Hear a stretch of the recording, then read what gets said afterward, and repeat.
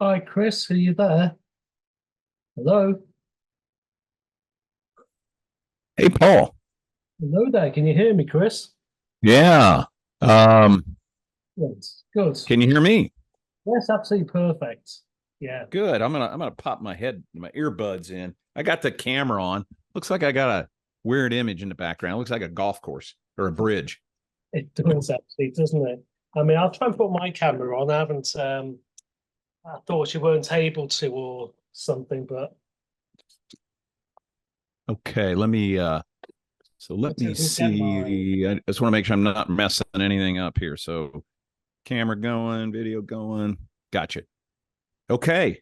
I'm good. I just sent you some photos too. Yeah, saw those. Yeah, that's I'll have a look at those in a minute. Let me see if I can get mine on. It should come on in a minute. And I'm trying to turn up your audio a little bit. Let's see. Uh, Okay. anyway. In the meantime, whilst I'm waiting for the camera to do its thing, Okay. I mean, the new album, Stuck in the Mud, these 13 songs, how long, over what period did you compose all of them? What time frame? Well, yeah, I mean, I'll go backwards and we can always go forwards, but I'll go back in time. I've been playing in a cover band for a long time, almost 20 years, singing the blues and whatnot. And a dozen years or so ago, maybe more, early on, I guess, when I started playing, I started picking up the harmonica and fooling around with it and playing it on stage and so forth. I decided I want to get pretty good at it. And if I could, and went to a harmonica workshop in Clarksdale, Mississippi, by John Gindick, who's taught blues harmonica forever, and he's still out in California. And I met Ralph Carter there. Well, that's the guy. Then he used to play with Eddie Money and record with him and tour with him and all this stuff. He's a producer, musician, done blues things, all sorts of stuff, and wrote and played with Sugar Ray Rayford and produced with him. So he's a great dude. But I got to know him there, and he said, "Hey, you got to start writing music." This was, I don't know, 7 or 8 years ago. And I'm like, man, what do I know about that? I'm just trying to learn the harp and singing blues standards and stuff like that. And about 3 years ago or so, I saw an article in a newspaper about a new recording studio in Muscle Shoals, Alabama. And it looked really cool. And you stay there for the week, and the band guys stay there, and they cook for you and they treat you like you're rock stars and stuff. So I took a picture of it with my cell phone and I texted it to Ralph. I was just joking and I said, "Hey, here's where we're going to record our album that you talked about." And like a day or two later, I get a text or an email from him and it says, "Yeah, okay, when are we doing it?" And I'm like, holy cow, I think the guy thought I was serious. Well, it turns out he did. And I had not yet written a song. I had never written a song. And at that point, we just sort of putting it together. He said, "Well, you got to start writing songs." And it's like, okay, I guess I will. And then, I would say 6 months later, I had a pile of song lyrics written. And I said, "Ralph, you're in Mississippi. I'm about 8 hours away in Indiana. How about I drive down there?" He was there for another workshop. He lives in Ventura, California, but he does guitar workshops. I said, "I'll meet you down there. I'll bring my pile of lyrics and let's see if we can make them into songs." And we did. We sat in Clarksdale, Mississippi at a picnic table at the Shack Up Inn, and we made songs out of them. And then March the next year, May the next year, 2022, we were recording in Muscle Shoals, Alabama, with studio musicians and with Ralph Carter producing. And then fast forward, you go maybe a year forward, I sign a record deal with Big Radio Records in Memphis, Tennessee.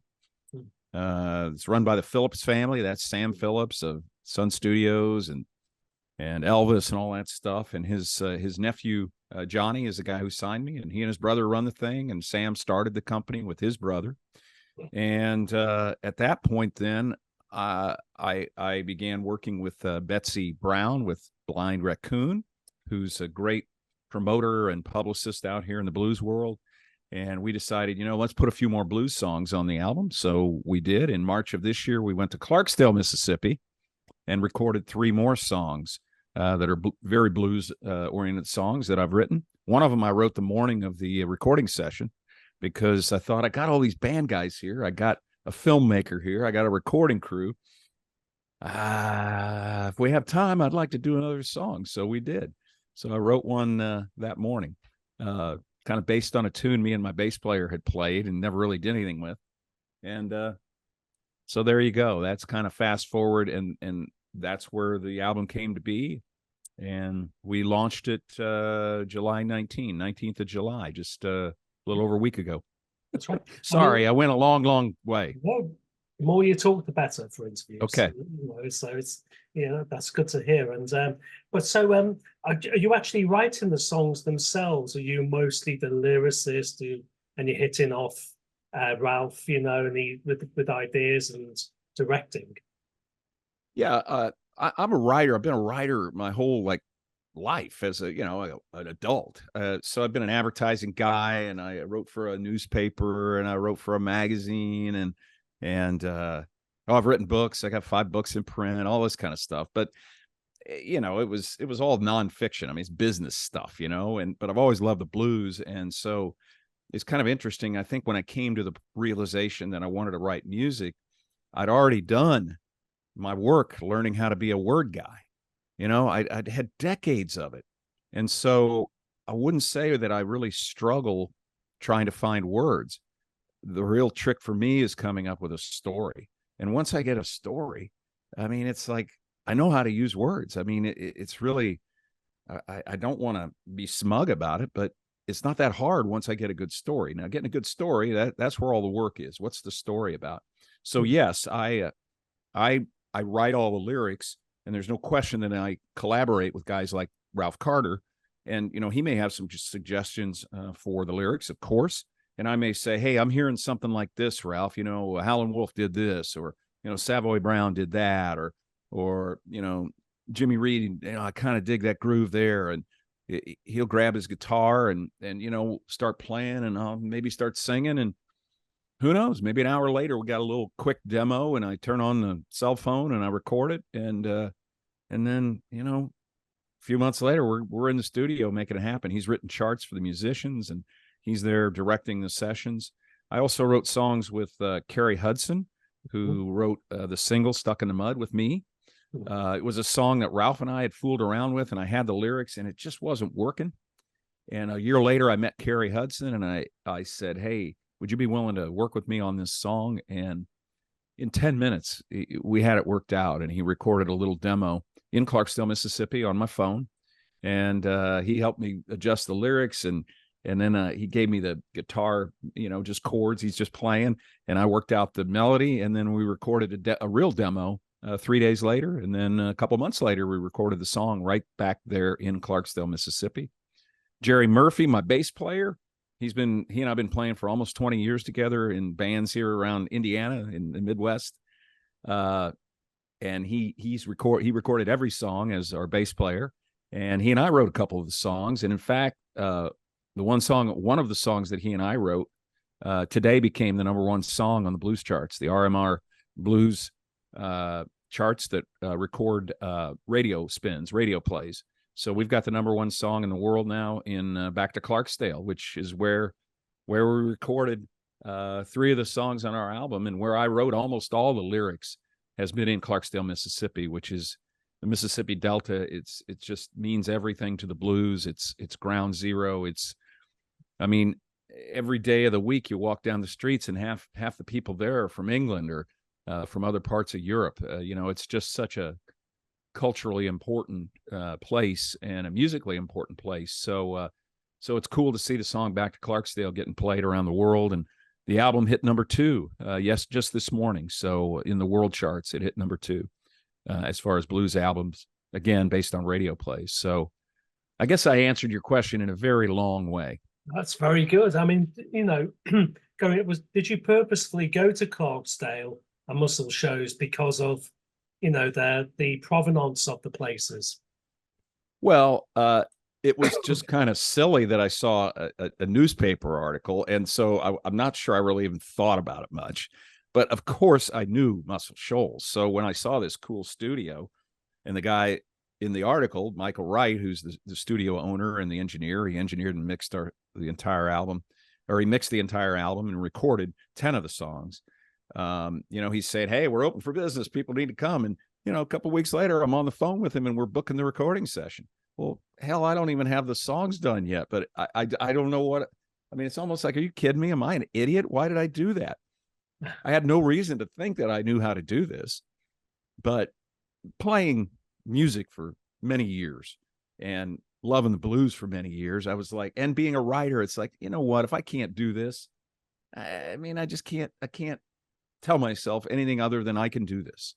And so we did.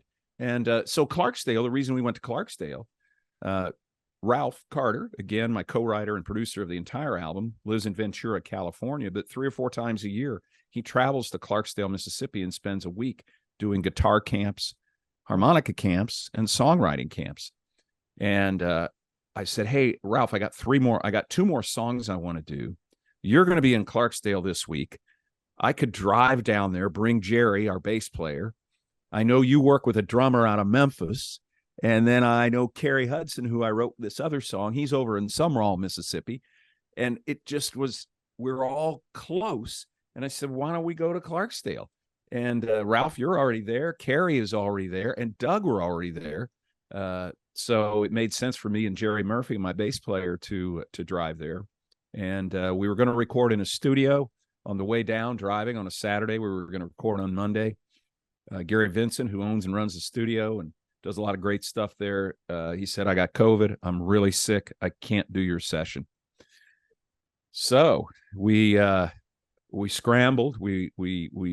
He allowed us to use his microphones. We set up a recording studio in the Juke Joint Chapel at the Shack Up Inn, and that's where we filmed that video. And we literally recorded live in this big music hall.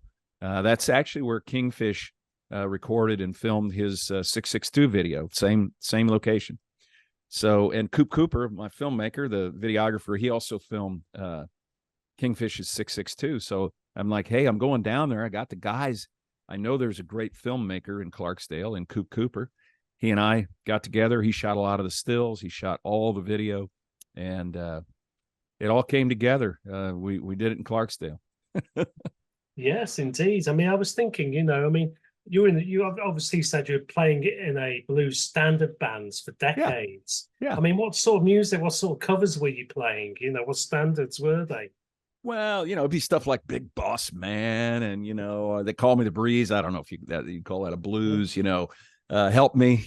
Green Onions.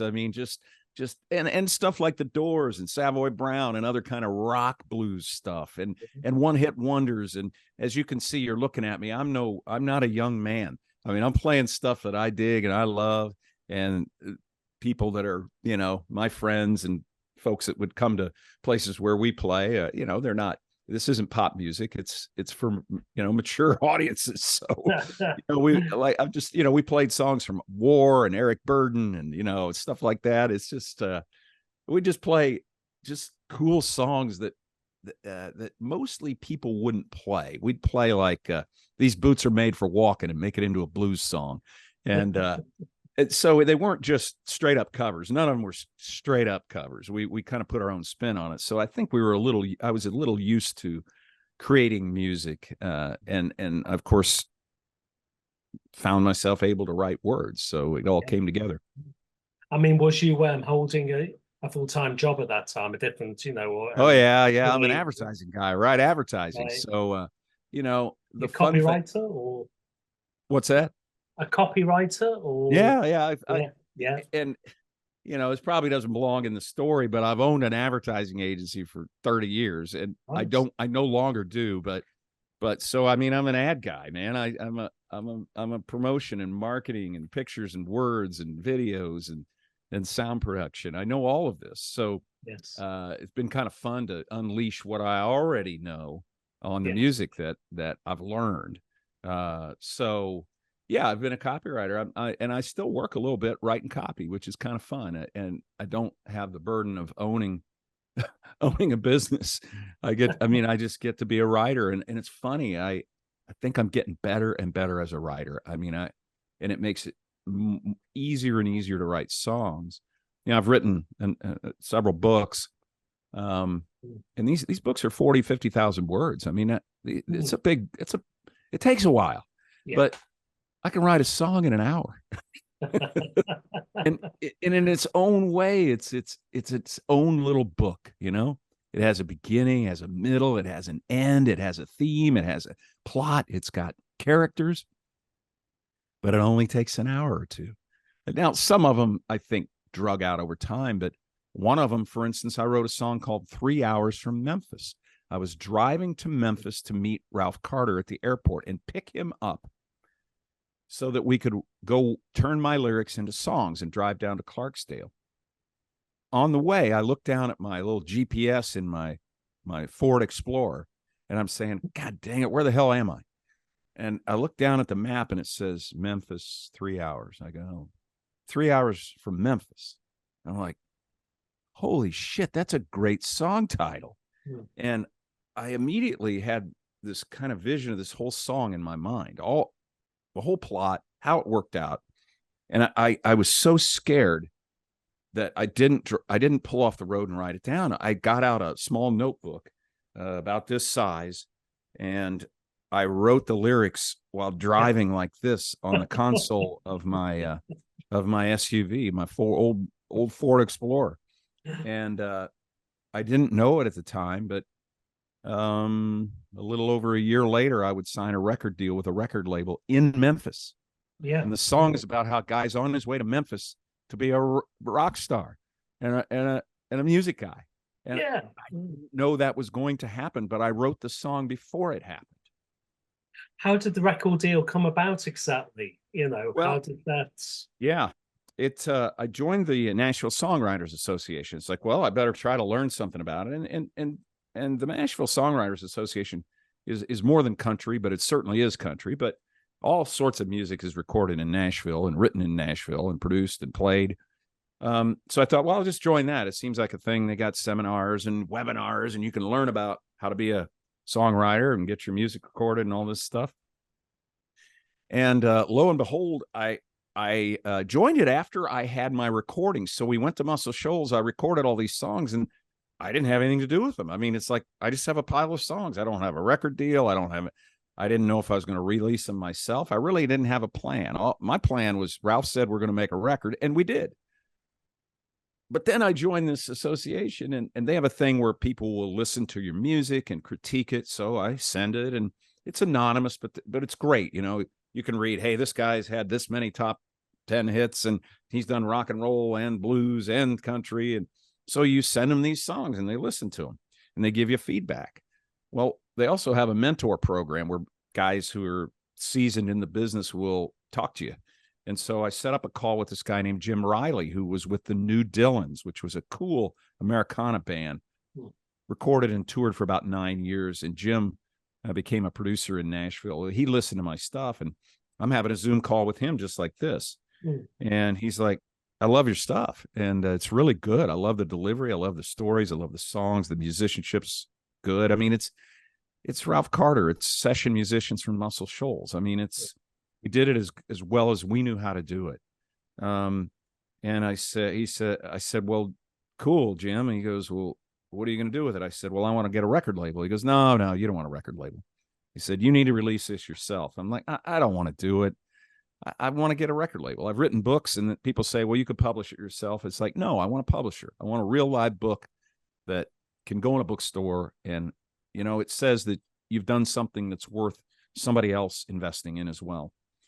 So I said, no, Jim, I want a record label. He's like, damn it. You don't want a record label. I'm like, no, I really do. And he goes, okay. I'm going to introduce you to this guy, Johnny Phillips. He's with Selecto Hits, and they're a distributor. And then they have a couple of labels, of which one is Big Radio Records. So he made the introduction, and, you know, a couple of months later, Johnny and I worked it out, and he signed me to a record deal in January. I went down to Memphis and met with him, shook his hand, looked at all the gold records there. They got 300 of them or something around Selecto Hits. I mean, what am I doing here? I'm just a kid from Indiana who got to music late, and I'm having a ball with it. Yeah. Are you going to be touring? Are you touring the album? Have you got any dates coming? a little bit of it's between me and you, but I don't have a band that plays this music, but I am starting to work on that. Yes. And our thought is, we didn't know what the reception would be. I still have a cover band that I can play in on the weekends and stuff. Yeah. But we didn't know what the reception would be. And now that it's looking like it's going to go somewhere, we're starting to put together a band. And I'll tell you the truth. My goal is to play festivals in Europe. That's my goal. Yeah. I don't even know how much I want to tour here in the US, because we play the blues. And if there's a place to play the blues, it's in Europe. And Ralph Carter has played and toured with Sugar Ray Rayford in Europe. And he said, Chris, this is good stuff when we go to Europe. And it's like we're starting to think we might be able to pull that off. He's also played and toured with Frank Goldwasser, who is Paris Slim. I don't know if you heard of Frank. It's actually Frank Goldwasser, but I know they were in Switzerland playing at a festival not long ago. And so that's my goal. So when we're all done, I'm trying to talk to everybody I know and tell people, hey, get me booked, make connections, tell me who to talk to. I'll do it. Because I'm now an adult. If I was a kid, I wouldn't know how to do that. But I'm a shameless promoter and talker about our music, and I want people to hear it. Are you and finally, I think we covered all the ground, haven't we? I mean, finally, are you intending to follow this up? It seems to me you can write music and get inspiration from observations. And things that serendipitous things that occur, like you said about 3 Hours from Memphis. I mean, do you have more coming? Yeah, I mean, here's my phone. I must have 100 song titles on here. And the funny thing is, I want to write more songs. I want to do more music. And I really haven't touched it for a while, because you know how this works. We get this record out, and I've been working on that for months. Yeah. And it's like I haven't played much music. I haven't written any music. So once we get a little further down the road, what I've found in the way I'm able to write music is I just like to go to Clarksville, Mississippi, and sit on a rocking chair and look out there at those cotton fields and think about the blues and feel the blues come up out of the ground right into you. Kingfish has a song that I think one of the lyrics is, there's something in the dirt. And I'm telling you, there is something in the dirt. I've got this song, Cotton Ain't King, on the record. It's about, in the US here, they used to say, well, in the South, cotton's king. And I wrote this song that says, cotton ain't king. Blues is the king. Blues is the king. Cotton, that's almost gone. But the blues are here forever, ever, ever, ever. And it came out of that system of farming and the people who were doing the hard work. And that's a gift for you and me and for everybody for the future. So I like going down there to write music, and I'll go down there and I just get a piece of paper, and I don't know, I just think about the song. Right. And it kind of comes out. I don't know how it comes out. I don't even consciously think about it. Like one of the songs on there, I was sitting on a rocking chair on the front porch of a shack down there, and I saw a guy down the way packing up his stuff, and he's leaving. And it's like, who is that guy? And he doesn't have a kid with him, no wife, no dog, no nothing. And it's like, and where's he going?